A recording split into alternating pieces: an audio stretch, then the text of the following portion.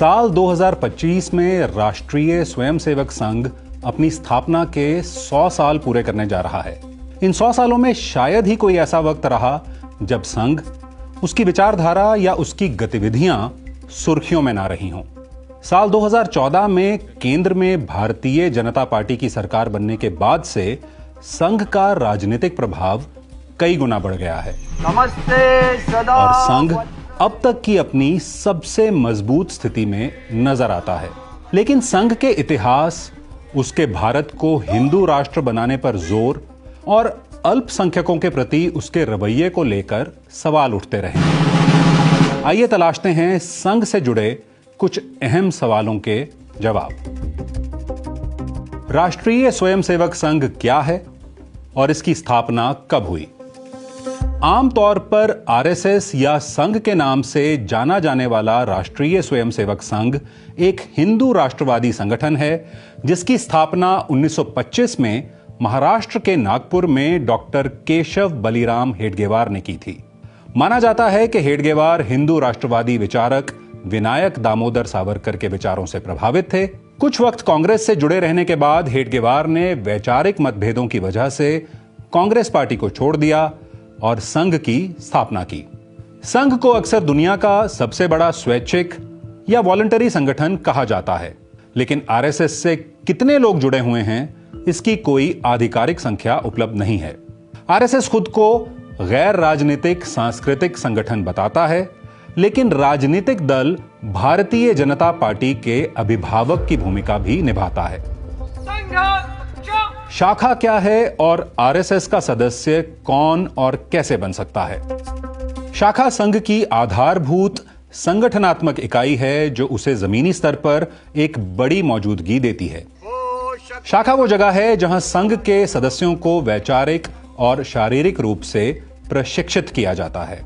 ज्यादातर शाखाएं हर दिन सुबह और कभी-कभी शाम को चलाई जाती हैं।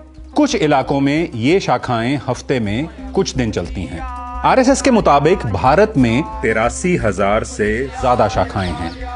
शाखा में शारीरिक व्यायाम और खेलों के साथ साथ टीम वर्क और नेतृत्व कौशल सुधारने के लिए डिजाइन की गई गतिविधियां होती हैं और मार्चिंग और आत्मरक्षा की तकनीक भी सिखाई जाती है। शाखा में ही संघ के सदस्यों को वैचारिक शिक्षा दी जाती है। राष्ट्रीय स्वयंसेवक संघ का कहना है कि उसकी कोई औपचारिक सदस्यता नहीं है। जो लोग आरएसएस की शाखाओं में भाग लेते हैं उन्हें स्वयंसेवक कहा जाता है और संघ के मुताबिक कोई भी हिंदू पुरुष स्वयंसेवक बन सकता है। स्वयंसेवक बनने के लिए कोई शुल्क, पंजीकरण फॉर्म या औपचारिक आवेदन नहीं है। संघ का कहना है कि जो भी व्यक्ति सुबह या शाम दैनिक शाखा में भाग लेना शुरू कर देता है वो संघ का स्वयंसेवक बन जाता है। क्या महिलाएं आरएसएस की सदस्य बन सकती हैं? महिलाएं आरएसएस की सदस्य नहीं बन सकती। अपनी वेबसाइट पर फ्रीक्वेंटली आस्क्ड क्वेश्चंस या अक्सर पूछे जाने वाले सवालों के सेक्शन में संघ लिखता है कि उसकी स्थापना हिंदू समाज को संगठित करने के लिए की गई थी और व्यवहारिक सीमाओं को देखते हुए इसमें केवल हिंदू पुरुषों को ही प्रवेश की इजाजत दी गई थी। आरएसएस के मुताबिक जब हिंदू महिलाओं के लिए भी इसी तरह के संगठन की जरूरत महसूस की गई तो महाराष्ट्र के वर्धा की एक सामाजिक कार्यकर्ता लक्ष्मीबाई केलकर ने आरएसएस के संस्थापक डॉक्टर हेडगेवार से संपर्क किया और उनसे विचार विमर्श करने के बाद साल 1936 में राष्ट्र सेविका समिति शुरू करने का फैसला किया गया। संघ का कहना है कि उसका और राष्ट्र सेविका समिति का उद्देश्य एक ही था, इसलिए महिलाएं राष्ट्र सेविका समिति में शामिल हो सकती हैं। आरएसएस की फंडिंग कैसे होती है? राष्ट्रीय स्वयंसेवक संघ एक रजिस्टर्ड या पंजीकृत संगठन नहीं है। इसी वजह से अक्सर यह आलोचना की जाती है कि उसमें पारदर्शिता और जवाबदेही की कमी है। यह इल्जाम भी लगाया जाता है कि संघ की फंडिंग को लेकर कोई पारदर्शिता नहीं है क्योंकि संघ इनकम टैक्स या आयकर रिटर्न फाइल नहीं करता। संघ का कहना है कि वो एक आत्मनिर्भर संगठन है और संघ के काम के लिए बाहर से कोई पैसा नहीं लिया जाता, भले ही वो स्वेच्छा से दिया गया हो। संघ यह भी दावा करता है कि वो अपना खर्चा उस गुरु दक्षिणा से पूरा करता है जो साल में एक बार संघ के स्वयंसेवक भगवा ध्वज को गुरु मानकर देते हैं। संघ यह भी कहता है कि उसके स्वयंसेवक बहुत सी समाज सेवा की गतिविधियां करते रहे हैं और उन्हें समाज से सहायता मिलती है और इन सामाजिक कार्यों के लिए स्वयंसेवकों ने ट्रस्ट बनाए हैं जो कानून के दायरे में रहकर पैसा इकट्ठा करते हैं और अपने खाते चलाते हैं। अतीत में कांग्रेस पार्टी ने अयोध्या में कुछ विवादास्पद जमीन के सौदों के संदर्भ में आरएसएस के रजिस्टर्ड ना होने और इनकम टैक्स के दायरे से बाहर होने का मुद्दा उठाया था। आरएसएस के रजिस्टर्ड ना होने के बारे में संघ के सरसंघचालक मोहन भागवत का कहना है कि जब संघ शुरू हुआ था तो स्वतंत्र भारत की सरकार नहीं थी और स्वतंत्रता के बाद ऐसा कोई कानून नहीं बना जिसमें कहा गया कि हर संस्था को रजिस्ट्रेशन कराना होगा। भागवत के मुताबिक संघ एक बॉडी ऑफ इंडिविजुअल्स यानी व्यक्तियों का एक समूह है और इस वजह से उस पर टैक्स नहीं लगाया जा सकता। आरएसएस पर कब कब प्रतिबंध लगाया गया और क्यों? आरएसएस पर पहली बार प्रतिबंध साल 1948 में महात्मा गांधी की हत्या के बाद लगाया गया था। 30 जनवरी 1948 को नाथूराम गोडसे ने महात्मा गांधी की गोली मारकर हत्या कर दी थी। उस समय की सरकार को शक था कि महात्मा गांधी की हत्या में संघ की भूमिका थी और गोडसे आरएसएस का सदस्य था। आरएसएस को सांप्रदायिक विभाजन को बढ़ावा देने वाला संगठन मानते हुए सरकार ने उस पर फरवरी 1948 में प्रतिबंध लगा दिया और संघ के सरसंघचालक गोलवलकर को गिरफ्तार कर लिया। अगले 1 साल तक गोलवलकर और सरकार के बीच इस प्रतिबंध को हटाने के बारे में कई बार चर्चा हुई। सरकार का कहना था कि आरएसएस को एक लिखित और प्रकाशित संविधान के तहत काम करना चाहिए, अपनी गतिविधियों को सांस्कृतिक क्षेत्र तक सीमित रखना चाहिए, हिंसा और गोपनीयता को छोड़ना चाहिए और भारत के संविधान और राष्ट्रीय ध्वज के प्रति निष्ठा व्यक्त करनी चाहिए। इसी दौरान सरदार पटेल और गोलवलकर के बीच कई चिट्ठियों का आदान प्रदान हुआ। इनमें से एक चिट्ठी में सरदार पटेल ने गोलवलकर को लिखा कि संघ के सभी भाषण सांप्रदायिक जहर से भरे हुए थे और उस जहर के अंतिम परिणाम के रूप में देश को गांधी जी का बलिदान झेलना पड़ा। सरदार पटेल ने यह भी लिखा कि उन्हें खुफिया एजेंसियों ने जानकारी दी कि आरएसएस के लोगों ने गांधी जी की मृत्यु के बाद खुशी मनाई और मिठाइयां बांटी। आखिरकार 11 जुलाई 1949 को सरकार ने एक विज्ञप्ति के जरिए कहा कि चूंकि संघ ने भारतीय संविधान के प्रति निष्ठा रखने और गोपनीयता और हिंसा से दूर रहने का स्पष्टीकरण दिया है, इसलिए उसे एक लोकतांत्रिक सांस्कृतिक संगठन के रूप में कार्य करने का अवसर दिया जाना चाहिए। इसी के साथ 1948 में लगाया गया प्रतिबंध हटा लिया गया, लेकिन आरएसएस का कहना है कि यह प्रतिबंध बिना किसी शर्त के हटाया गया था। आरएसएस पर दूसरी बार प्रतिबंध साल 1975 में लगाया गया, जब तत्कालीन प्रधानमंत्री इंदिरा गांधी ने देश में आपातकाल की घोषणा की। यह प्रतिबंध साल 1977 में आपातकाल के खत्म होने के साथ ही हट गया। साल 1992 में बाबरी मस्जिद के विध्वंस के बाद आरएसएस पर तीसरी बार प्रतिबंध लगाया गया, लेकिन जून 1993 में बाहरी आयोग ने इस प्रतिबंध को अनुचित माना और सरकार को उसे हटाना पड़ा। क्या संघ ने भारत के स्वतंत्रता आंदोलन में हिस्सा लिया था? राष्ट्रीय स्वयंसेवक संघ की एक बड़ी आलोचना यह की जाती है कि उसने ब्रितानी राज के खिलाफ भारत के स्वतंत्रता आंदोलन में सक्रिय रूप से हिस्सा नहीं लिया था। साल 1925 में जब आरएसएस अस्तित्व में आया, उस वक्त स्वतंत्रता आंदोलन पहले से ही जोर पकड़ रहा था। गोलवलकर के बयानों का हवाला देते हुए यह कई बार कहा गया है कि आरएसएस ने साल 1942 के भारत छोड़ो आंदोलन में हिस्सा नहीं लिया था। वहीं दूसरी तरफ संघ का कहना है कि उसने आजादी की लड़ाई में बढ़ चढ़कर हिस्सा लिया। संघ के अखिल भारतीय प्रचार प्रमुख सुनील आंबेकर अपनी किताब आरएसएस 21वीं सदी के लिए रोड मैप में कहते हैं कि संघ ने 26 जनवरी 1930 के दिन को अपनी सभी शाखाओं में स्वतंत्रता दिवस के रूप में मनाया था और हजारों स्वयंसेवकों ने खुले तौर पर स्वतंत्रता आंदोलन में हिस्सा लिया और संघ ने खुले तौर पर उनका समर्थन किया था। आंबेकर कहते हैं कि आरएसएस ने सविनय अवज्ञा आंदोलन और भारत छोड़ो आंदोलन में भी हिस्सा लिया था। धीरेन्द्र झा एक जाने माने लेखक हैं जिन्होंने आरएसएस पर गहन शोध किया है। हाल ही में संघ के दूसरे सरसंघचालक गोलवलकर पर उनकी किताब प्रकाशित हुई है। धीरेन्द्र झा के मुताबिक आरएसएस का आधार हिंदुत्व की विचारधारा थी, जो हिंदुओं को यह बताने की कोशिश कर रही थी कि उनके सबसे बड़े दुश्मन मुसलमान हैं, ना कि ब्रितानी सरकार। वरिष्ठ पत्रकार और लेखक नीलांजन मुखोपाध्याय ने राष्ट्रीय स्वयंसेवक संघ के बड़े नामों पर RSS icons of the Indian right नाम की किताब लिखी है। वो कहते हैं कि आरएसएस का लक्ष्य औपनिवेशिक शासन से आजादी हासिल करना नहीं था। आरएसएस की स्थापना इस्लाम और ईसाई धर्मों के मुकाबले हिंदू समाज को मजबूत करने के विचार से की गई थी। उनका उद्देश्य अंग्रेजों को बाहर निकालना नहीं था, उनका लक्ष्य हिंदू समाज को एकजुट करना था, उन्हें एक आवाज में बोलने के लिए तैयार करना था। साल 2018 में आरएसएस के सरसंघचालक मोहन भागवत ने कहा कि डॉक्टर हेडगेवार नेताजी सुभाष चंद्र बोस से मिले थे, लेकिन कब और कहां मिले थे इसका कोई विवरण उन्होंने नहीं दिया। भागवत के मुताबिक हेडगेवार ने क्रांतिकारियों के साथ काम किया था और वे उस समय स्वतंत्रता आंदोलन में भी सहभागी हुए थे। नाथूराम गोडसे और आरएसएस के बीच क्या संबंध था?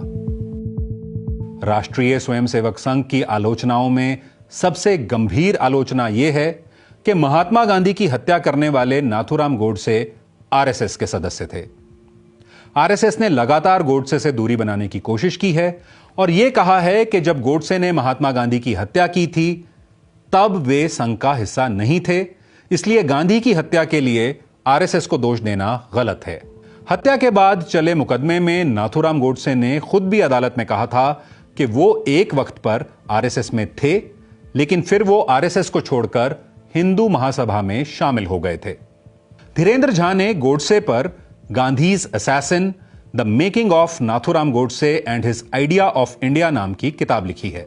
वो कहते हैं कि महात्मा गांधी की हत्या के बाद जो रिकॉर्ड आरएसएस के नागपुर के मुख्यालय से जब्त किए गए, उनमें ये साक्ष्य मौजूद हैं कि साल 1939 और 1940 में आरएसएस की कई सभाओं में गोडसे की मौजूदगी थी। धीरेन्द्र झा के मुताबिक उन दिनों बहुत से आरएसएस के लोग हिंदू महासभा में भी थे और बहुत से हिंदू महासभा के लोग आरएसएस में थे।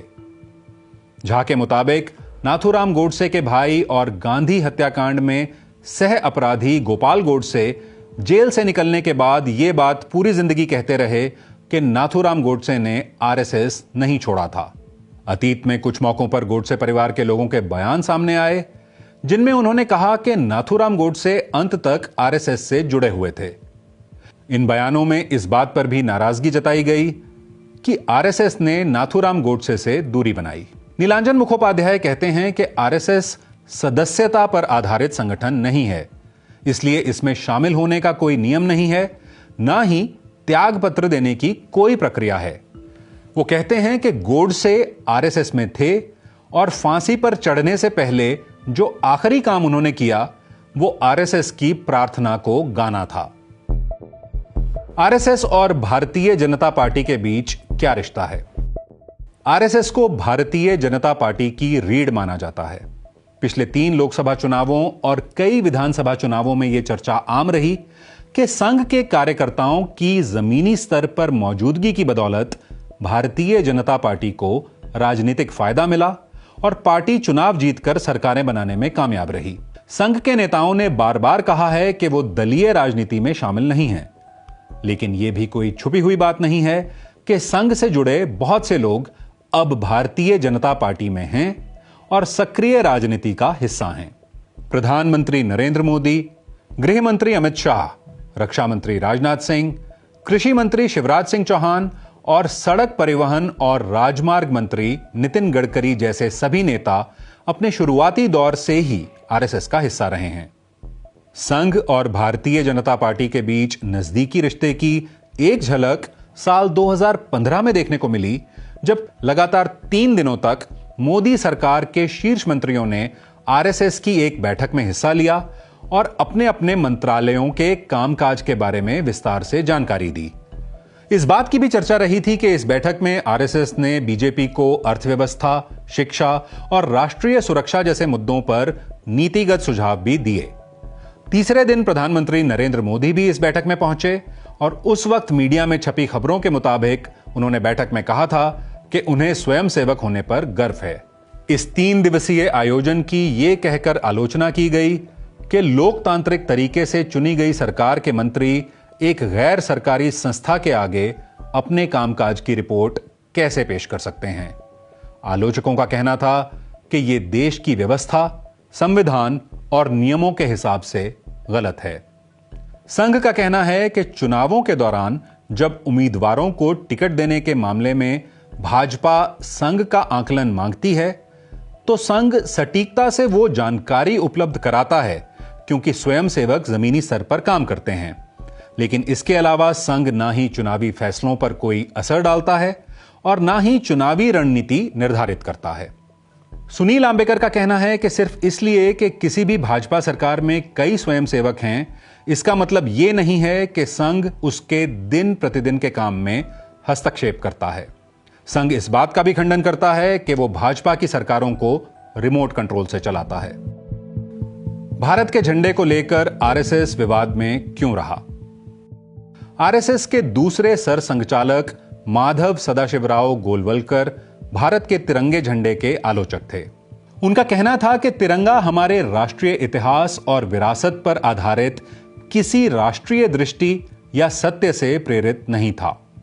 राष्ट्रीय स्वयंसेवक संघ में भगवा झंडे को गुरु का दर्जा दिया गया है। मोहन भागवत कहते हैं कि इसकी वजह यह है कि भगवा झंडा अनादिकाल से लेकर आज तक संघ की विरासत का प्रतीक है। आज संघ कहता है कि वो राष्ट्रीय ध्वज का सम्मान करता है, लेकिन आजादी के पहले और बाद के कई दशकों तक तिरंगे के प्रति उसके रुख पर सवाल उठते रहे हैं। नीलांजन मुखोपाध्याय कहते हैं कि जब 1929 में कांग्रेस के लाहौर अधिवेशन में पूर्ण स्वराज की बात कही गई तो यह फैसला लिया गया कि 26 जनवरी 1930 को स्वतंत्रता दिवस के रूप में मनाया जाएगा और तिरंगा झंडा फहराया जाएगा। लेकिन आरएसएस ने उस दिन भी तिरंगे की जगह भगवा झंडा फहराया था। धीरेन्द्र झा का भी कहना है कि डॉक्टर हेडगेवार ने 21 जनवरी 1930 को लिखी चिट्ठी में संघ की शाखाओं में तिरंगे को नहीं बल्कि भगवा झंडे को फहराने की ही बात कही थी। एक आलोचना यह भी है कि 26 जनवरी 1950 के बाद आरएसएस ने अगले 5 दशकों तक अपने मुख्यालय पर तिरंगा झंडा नहीं फहराया। संघ ने पहली बार 26 जनवरी 2002 को अपने मुख्यालय पर तिरंगा फहराया। इसके जवाब में आरएसएस के समर्थक और नेता कहते हैं कि संघ ने 2002 तक राष्ट्रीय ध्वज इसलिए नहीं फहराया क्योंकि 2002 तक निजी नागरिकों को राष्ट्रीय ध्वज फहराने की इजाजत नहीं थी। लेकिन इस तर्क के जवाब में कहा जाता है कि 2002 तक भी जो फ्लैग कोड के नियम लागू थे वो किसी भी भारतीय व्यक्ति या संस्था को गणतंत्र दिवस, स्वतंत्रता दिवस और गांधी जयंती पर झंडा फहराने से नहीं रोकते थे। भारत में धार्मिक अल्पसंख्यकों, खासकर मुसलमानों और ईसाइयों के मुद्दे पर आरएसएस का नजरिया क्या है? आरएसएस के मौजूदा सरसंघचालक मोहन भागवत अलग अलग मौकों पर कह चुके हैं कि भारत के सभी लोग हिंदू हैं और जो कोई भी भारत को अपना घर मानता है वो हिंदू है, चाहे उसका धर्म कुछ भी हो। साथ ही भागवत ये भी कई बार कह चुके हैं कि भारत एक हिंदू राष्ट्र है। आरएसएस के अल्पसंख्यक समुदायों, खासकर मुसलमानों और ईसाइयों के प्रति नजरिए पर सवाल उठते रहे हैं। इस विषय पर संघ की सोच की झलक संघ के दूसरे सरसंघचालक माधव सदाशिवराव गोलवलकर की किताब बंच ऑफ थॉट्स में मिलती है। गोलवलकर ने लिखा था, हर कोई जानता है कि यहां केवल मुट्ठी भर मुसलमान ही दुश्मन और आक्रमणकारी के रूप में आए थे। इसी तरह यहां केवल कुछ विदेशी ईसाई मिशनरी ही आए। अब मुसलमानों और ईसाइयों की संख्या में बहुत वृद्धि हुई है। वे मछलियों की तरह सिर्फ गुणन से नहीं बढ़े, उन्होंने स्थानीय आबादी का धर्मांतरण किया। हम अपने पूर्वजों का पता एक ही स्रोत से लगा सकते हैं, जहां से एक हिस्सा हिंदू धर्म से अलग होकर मुसलमान बन गया और दूसरा ईसाई बन गया। बाकी लोगों का धर्मांतरण नहीं हो सका और वे हिंदू ही बने रहे। इसी किताब में गोलवलकर ने मुसलमानों, ईसाइयों और कम्युनिस्टों को राष्ट्र का आंतरिक शत्रु बताया था।